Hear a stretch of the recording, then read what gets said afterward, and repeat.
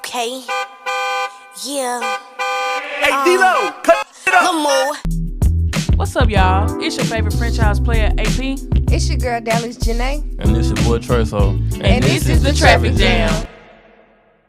And today we are cruising through some interesting and hopefully entertaining headlines while we're all stuck in traffic. So buckle up and listen to what we got for y'all today.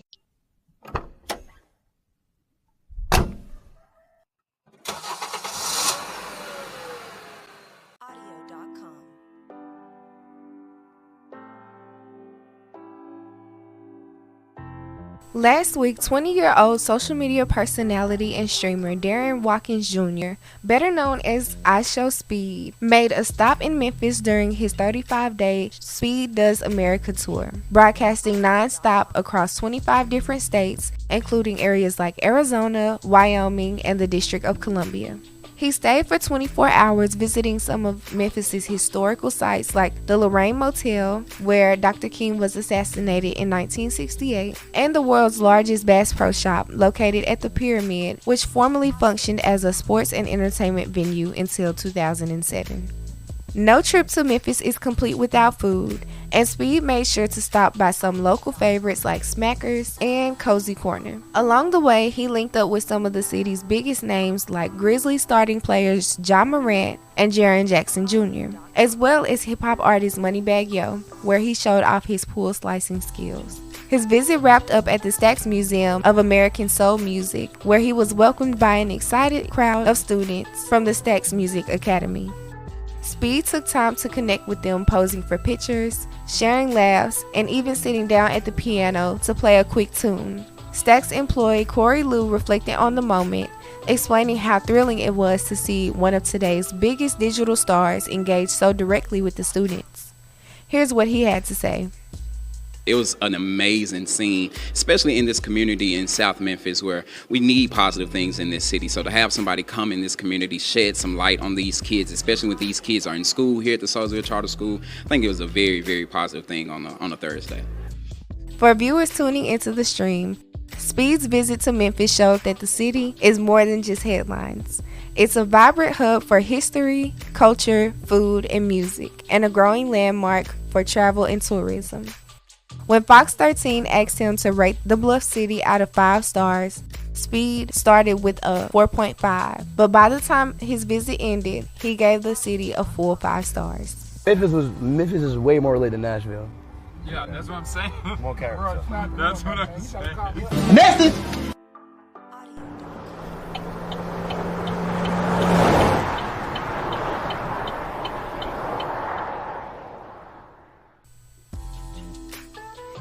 Alright y'all, let's break down Cardi B's long-awaited sophomore album, Am I the Drama? Dropping 7 years after her debut album, Invasion of Privacy, this project carries a lot of weight, both in expectations and in its content. From the first song, you can tell Cardi isn't playing around.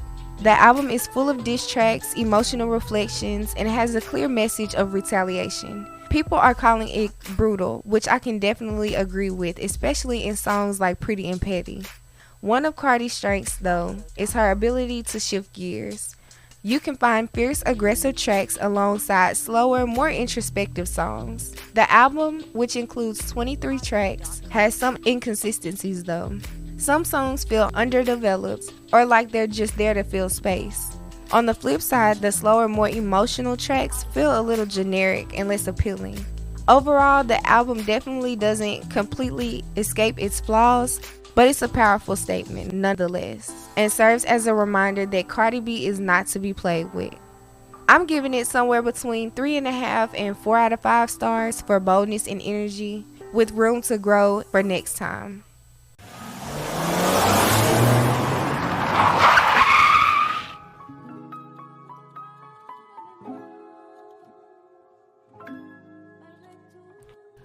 What's up, y'all? It's your favorite franchise player, AP. And today, I'm back with some exciting WNBA updates because it is now playoff season and we are also on week 2 in the NFL and things are just getting more and more exciting. Is Jalen Hurts and the Eagles the team to beat this year? Will they be going back-to-back for Super Bowls? And have we counted the Las Vegas Aces out too soon for the WNBA championship? Or will Minnesota take it all this year? I got that and more updates on today's episode. If we're going to talk WNBA, of course we have to start with Miss Paige Bueckers, who is now officially titled the WNBA's Rookie of the Year this year. Miss Bueckers won a national championship at UConn, and she's now the WNBA Rookie of the Year, which makes UConn the first university to have a WNBA and an NBA player named Rookie of the Year in the same season. Shout out to UConn and all of the amazing things that they do over there at that school. I've always been a big UConn fan, especially being a big sports fan. UConn sports is a natural, they go together. Shout out to Paige Bueckers. I cannot wait to see what else she can do once she gets a great team around her and she's able to really show her playmaking abilities. We've seen just a little bit of what she can do, but I can't wait to see her when she gets the right people in place and when she gets the right team around her. She's gonna be something to see, man. I mean, we already see her paralleling with Kyrie, and she uses a lot of his moves and a lot of his techniques to get that ball where it needs to go. So once we see her get her LeBron, no pun intended, once we see her get her LeBron and we see her get a big that can really handle that ball, we are in for a Paige Bueckers era in the WNBA. Speaking of new eras in the WNBA, it's playoff season. Now, I have to just explain to you the difference between the WNBA playoffs and the NBA playoffs. It's just a slight difference, but it is significant. So the WNBA playoffs is the best of 3 in each round. Now, I'm sure you know in the NBA it's the best of 7 in each round, but the WNBA only goes to 3. So these stats will let you know how tight and how much of a crunch these ladies are. So for our first round matchups in the WNBA playoffs, we have Liberty versus the Mercury, and New York leads 1-0. Breanna Stewart is questionable going into game 2 due to a left knee injury, but I'm not really worried about New York in this series. We have the Valkyries versus the Lynx. Minnesota leads this series 1-0. We have the Storm versus the Aces, and the Storm actually ended up winning a game, and they hand Las Vegas their first loss since August the 2nd. Las Vegas beat Seattle by 25 points in the first game, but this series is now tied 1-1. The Dream versus the Fever is another series that is also tied 1-1, and I'm not really sure who's going to take this one. I thought that Atlanta was going to take it easily, but the Fever is not going down without a fight. So these two playoff series, the Storm versus the Aces and the Dream versus the Fever, have been my favorite to watch because they have been extremely competitive. Well, the second game in the Las Vegas and the Storm series was super competitive, and it was a wild end of game comeback. I mean, you can never count Skylar Diggins out. So I'm super excited to see the third game, and I'm ready to see who's going to be going on to the next round of the WNBA playoffs. I want to know, who do y'all think is going to win it all? Me personally, I think Minnesota's got it, but I am also leaning towards Las Vegas because Las Vegas has been on a roll. And then, of course, y'all know by now, A'ja Wilson is my favorite basketball player ever, not based on, like, she's my favorite player. It doesn't even matter that she's a woman. Like, she's an amazing basketball player. She's going to be the 4-time MVP. And if she can be 3-time WNBA champion, that's just crazy. I'm excited to see how these playoffs play out with the WNBA. But let's get into some NFL updates since we are in week 2 and the NFL just keeps getting juicier and juicier as the weeks go on. First, I want to get into a little bit of the tea because it's only right, and I'm sure everybody knows about this by now. Have you all seen that Cardi B and Stephon Diggs are expecting a baby? I think that's crazy work. I don't know. I just had to leave it there because I just found that out and I thought it was really, really juicy. Joe Burrow suffers a turf toe injury and will have to undergo surgery and possibly miss 3 months of football. That is really, really tough for the Cincinnati Bengals. Joe Burrow's getting his feet wet. He's showing us what all he can do, and for him to go down on a turf toe injury, that's unfortunate for them. If you don't know what turf toe is simply when the ligament under the big toe hyperextends, and it's normally caused by pushing off wrong from a sprint. It's just so crazy to me how pushing off wrong from a sprint can cause so much damage. We see so many NBA players suffer with Achilles injuries from a bad push off, and now we see this turf toe injury in the NFL from a bad push off. So I'm not really sure if it could be prevented because I know the body's going to do what it wants to do. And these athletes go under rigorous training to prepare their bodies for all types of conditions. So it's an unfortunate injury, but I do hope Joe Burrow's able to come back. And Cincinnati did end up still winning that game. So it may not be that big of a blow, but it is a blow for me personally because I'm a Burrow fan. I actually like his game.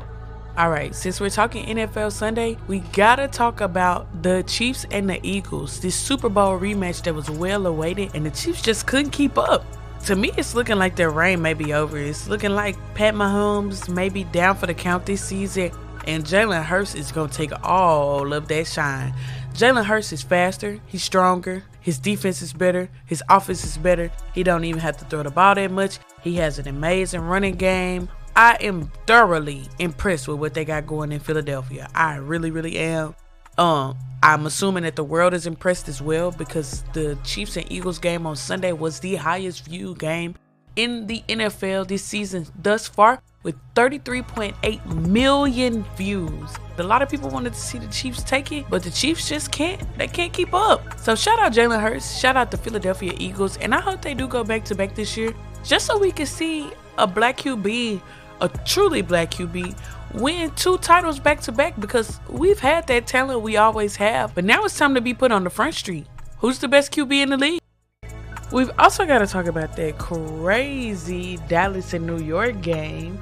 The Cowboys did defeat the Giants in an overtime thriller and a 46-yard field goal that secured the game as the time expired in overtime. Now, Malik Neighbors did the night-night gesture that Steph Curry, we all know and love, made famous and has done in some of the most crazy athletic and sports moments. But Malik Neighbors hit the night-night celly just a little bit too early against the Cowboys, and it came back to bite them in the butt. Imagine that as your headline. That's crazy. But the Cowboys did defeat the Giants with that game-winning field goal, and it was an exciting game. They went back and forth the entire game, and this actually makes the 9th straight game against, well, the 9th straight winning game against the New York Giants. They are divisional opponents in the NFC East, and this makes the longest streak in the division. So shout out to the Cowboys, even though I'm not a Cowboys fan. Shout out to them for putting on an entertaining game. I mean, Russell Wilson versus Dak Prescott. This is like a stars game. So it was a very exciting thing to watch, and you know, the Cowboys ended up taking it. So yeah. In other news, and last but not least, I also just want to give a special shout out to Angel Reese for her signature shoe that'll be dropping tomorrow, which is September the 18th. Angel Reese has been scrutinized this entire season for her game and for a lot of the things that she does not do. But I just want to take the time as a black woman to shout her out and let her know that we see her and that I personally am looking forward to purchasing her signature shoe. And the promo and her media team that has rolled this out is phenomenal. So we're rooting for you, Angel, and hopefully we can get you in a team that is going to be good for your growth and not stunt your growth. So shout out Angel Reese, and I can't wait to get me a pair of Reese ones. All right, y'all. Thank you for kicking it with me for another episode of the Franchise Player AP. I'm so excited. I love doing this and I love bringing you all this information. So if you tuned in this week, I appreciate you. And if you're not tuned in, you will be soon. Peace out, y'all. See y'all next week.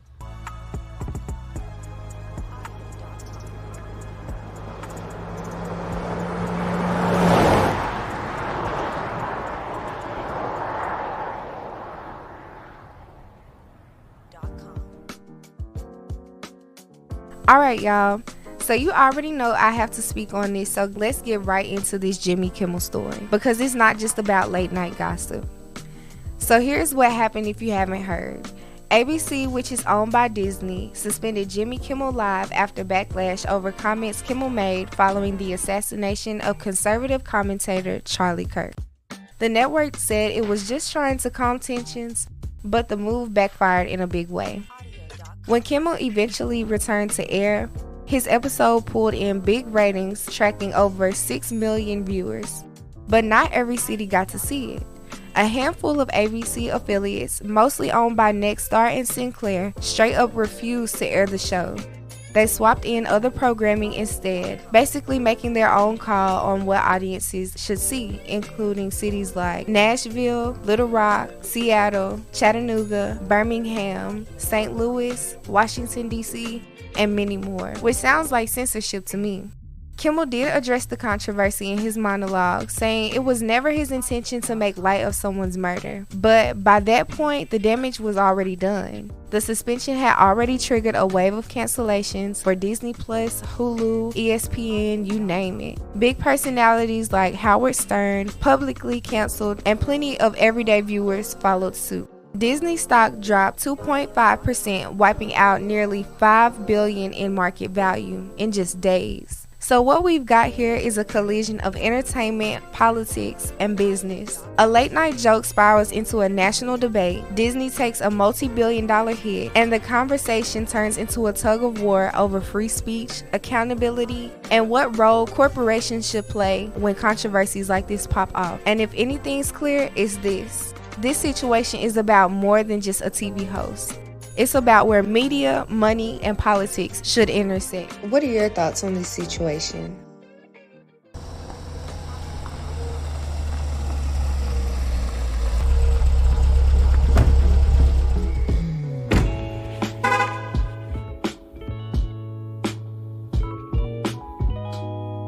Alright, if you don't know what time it is, it's time to unpack some of that backseat baggage.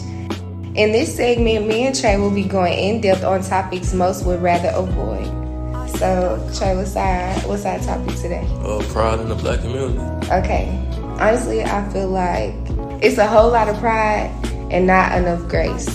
And when I say that, I mean like if somebody was to do something to you, instead of like trying to think about what made that person do that or trying to ask why, like just getting a little bit more information, most people in the black community, I feel like they would just go with their first mind or their first thought of like, oh, he was just trying to do this, or she was just jealous of me and this and that, instead of like giving them grace and trying to just see like what was actually going on and like go into depth. Yeah, go ahead. Basically, like it seemed like in our community, at least from what you saying and what I'm picking up off, it's like in our community we rather go at each other instead of trying to figure out what got us in that spot. Like, you know, bro might have knocked my chips out of my hand or something. Yeah. But who knows what happened to him this morning or later on. He might be in a bad mood. He might got something on his mind. We don't go too deep enough to figure that out. We'd rather just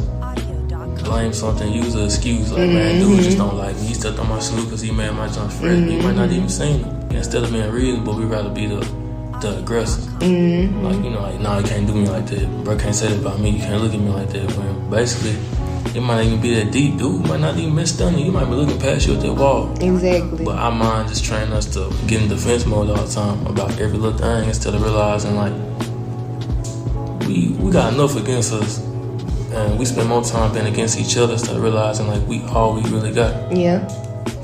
And that goes to everything. Shit. Look at like white communities versus black communities. You see more black people stealing from black people than stealing from other races. Real talk. We the ones like, man, like it's been our gas station for 20 years. We too scared to go to it. I can't even go get nothing fresh and bring it back. So my boys, cause damn close nigga I know might come take it. He might take my rims off. Exactly. We don't build each other up. We tear each other down and then blame everybody else for it. Yeah. When the whole time it's like, we know what's gonna happen over there. Why don't we just protect what's going on over right there? Here, right. Exactly. It don't never come across our mind though. Yeah. But I feel like having more grace or just taking us time to take a step back and actually like think shit through. Like instead of just going with your first mind, going with your first reaction, just thinking shit through, like you said with the chips or with the shoes. Like that could have been an accident, or if he did it on purpose. Okay, what you do that for? Go up and actually confront them. And I feel like in the black community, we try to avoid confrontation over big stuff that actually need to be like brought up and talked about. But we'll pop off over some little shit. I feel like we too scared to talk stuff out. Like I don't really want to know what you got going on. I don't really want to know what's on your mind. I don't really want to know the answers to stuff, but we don't really look too deep into our history. Like, think about all the shit we done overcame and went through, like, and then to get to the point where now we got free will to do more stuff. And it almost made me think, like, are we scared of what we gonna become? Yeah, like after our the potential. fact. Yeah. We go through history. Folk with slaves didn't have shit, but like so many people that made stuff. Land like these folks in Mississippi with land, you'll think, how a old black man got land to them. Mm-hmm. But it's like we too scared to be in a position that we feel like they withheld us from getting. It's a lot tapped in with us that we don't want to figure out. Yeah. Instead of realizing like, bro, we shake the world with the music, the clothes, hell yeah, everything black people do. If we were not here, the world be born in the moment. As fuck. It wouldn't be. I feel like it wouldn't really be no creativity for real, because all creativity stems from us. From us. Yeah. Because it comes from like bad situations. Like when you was think about when we went outside, we ain't had no pool, but we just made some shit. Mm-hmm. We ain't got no basketball. Go get the crate. We just hoop. We got a soccer ball and hoop. It's still a ball. Like we just did shit like YouTube, man. For one, bumping that shit like that. Made this shit to a point now. They making millions off us. Okay. Our dance making millions off us. Words we'll say like hickey no, y'all, little shit. Now you see it in a McDonald's commercial or something. Yeah. You know what I'm saying? Like it just show you like we got enough power where we could take over the world, but not in a bad way. Mm-hmm. But we stood together and benefit off everything they benefit off us. We'll be so much better and stronger. But I probably wanted to do it. Like I made that word. The word's for us. Exactly. I made them shoes cool, but we weren't. Exactly. But you'll let them take it and let them say it, use it with no word. But it's no problem. It's only when we trying to benefit off it. Yeah. So that's real. Our pride will be our demise. That's true. Patent that. Trademark that. What you say? Say it again. Our pride will be our demise. Okay. Yeah. Don't steal that shit. Trace said it first.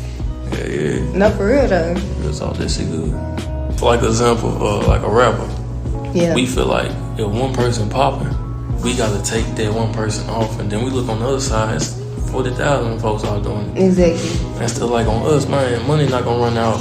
Position's not gonna run out. It ain't no job where it's one person, then it goes down a triangle and stuff. Mm-hmm. With us, we get too stuck in like if Dallas go up first, that means you stole that spot. I can't do it no more. Let me go do something else. Instead of realizing like we could build off that. What Mexicans do? They open up a damn construction thing. They ain't finna go open another one up because dude did it. They all in work it. Together. They doing this shit together. Yep. From the biggest to the smallest. Yeah. So it's like we don't think about how to put something together. Like if it's 10 chairs at the table, if you sitting at one, we feel like we got to take the other 9 away and put it at a different table instead of putting it all together. Yeah.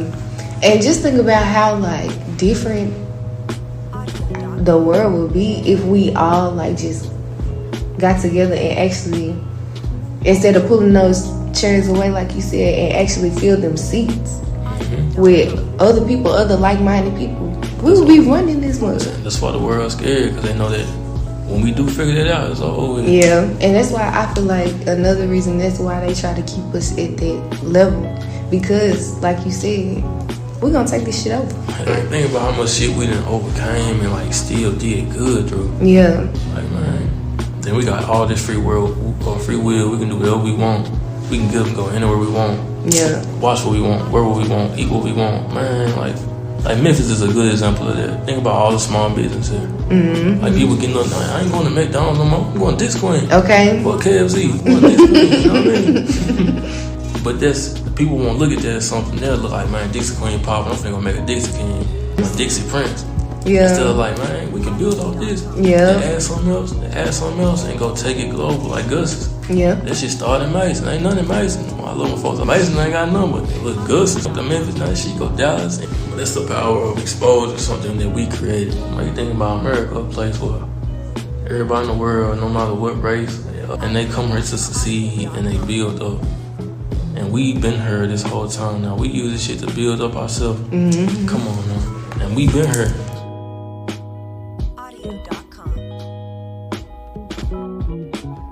Well, that's all we have for you all today. Thank you for cruising with us, and make sure to catch us next Friday in the next traffic jam. But before you go, make sure to follow us on all our socials, which are linked in the comments below. We hope you enjoyed the ride. See you later. Peace out, y'all. Peace.